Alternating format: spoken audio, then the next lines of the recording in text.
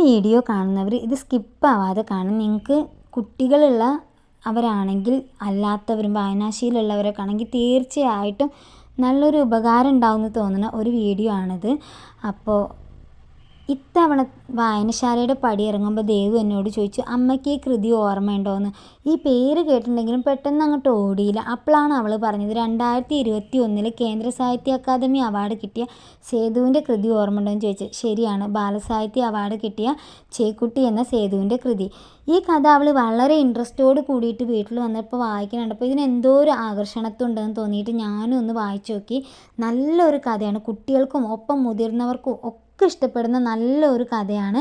അതായത് ചേന്നമംഗലം എന്നൊരു ഗ്രാമം, അവിടെ വലിയൊരു പ്രളയം ഉണ്ടാവുമ്പോൾ അതിനെ അതിജീവിക്കാൻ വേണ്ടിയിട്ട് അവിടെയുള്ള ഒരുപാട് പേര് ഒരുപാട് കാര്യങ്ങൾ ചെയ്യുന്നുണ്ട്. അതിലൊരാളാണ് വിനോദിനി ടീച്ചർ എന്ന വിധവയായ ടീച്ചർ. ടീച്ചർക്ക് കുട്ടികളൊന്നുമില്ല. ടീച്ചറും ഗ്രാമത്തെ സഹായിക്കുന്നത് എങ്ങനെയാണെന്ന് വെച്ചാൽ കുറേ ചേക്കുട്ടിപ്പാവകൾ ഉണ്ടാക്കി വിറ്റിട്ടാണ്.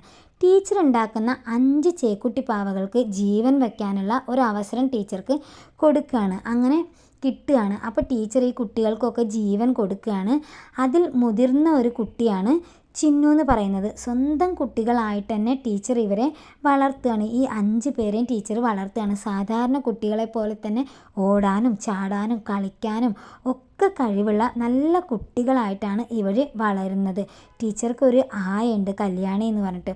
ആ കല്യാണിയുടെ കൂടെ സാധാ കുട്ടികളെ പോലെ പന്ത് തട്ടി കളിക്കുന്നുണ്ട്, കഥ കേൾക്കുന്നുണ്ട്, എല്ലാം ചെയ്യുന്നുണ്ട്. ഈ ചിന്നുവിനാണെങ്കിൽ ഒരു പ്രത്യേക കഴിവും കൂടെ ഉണ്ട്.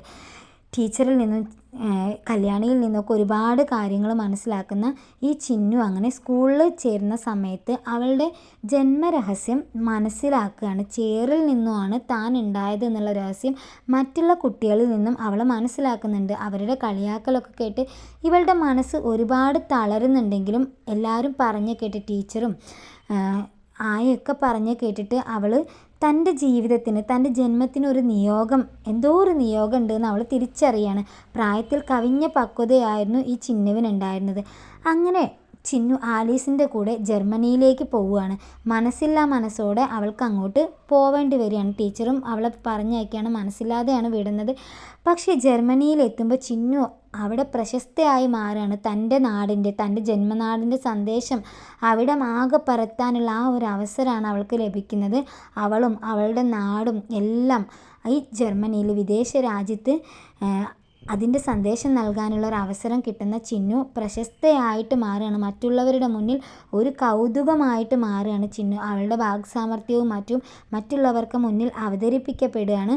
നല്ലൊരു കഥ, കുട്ടികൾ തീർച്ചയായിട്ടും മനസ്സിലാക്കിയിരിക്കേണ്ട, വായിച്ചിരിക്കേണ്ട ഒരു കൃതിയാണിത്. എല്ലാവരും കുട്ടികൾ കിട്ടുന്നവർ, ഈ പുസ്തകം കിട്ടുന്നവർ കുട്ടികൾക്ക് വായിക്കാനുള്ള അവസരം ഉണ്ടാക്കി കൊടുക്കുക. അപ്പോൾ ഈ വീഡിയോ ഇഷ്ടമായ ചാനൽ ലൈക്ക് ചെയ്യാനും സബ്സ്ക്രൈബ് ചെയ്യാനും വീഡിയോ ലൈക്ക് ചെയ്യാനും മറക്കല്ലേ. താങ്ക്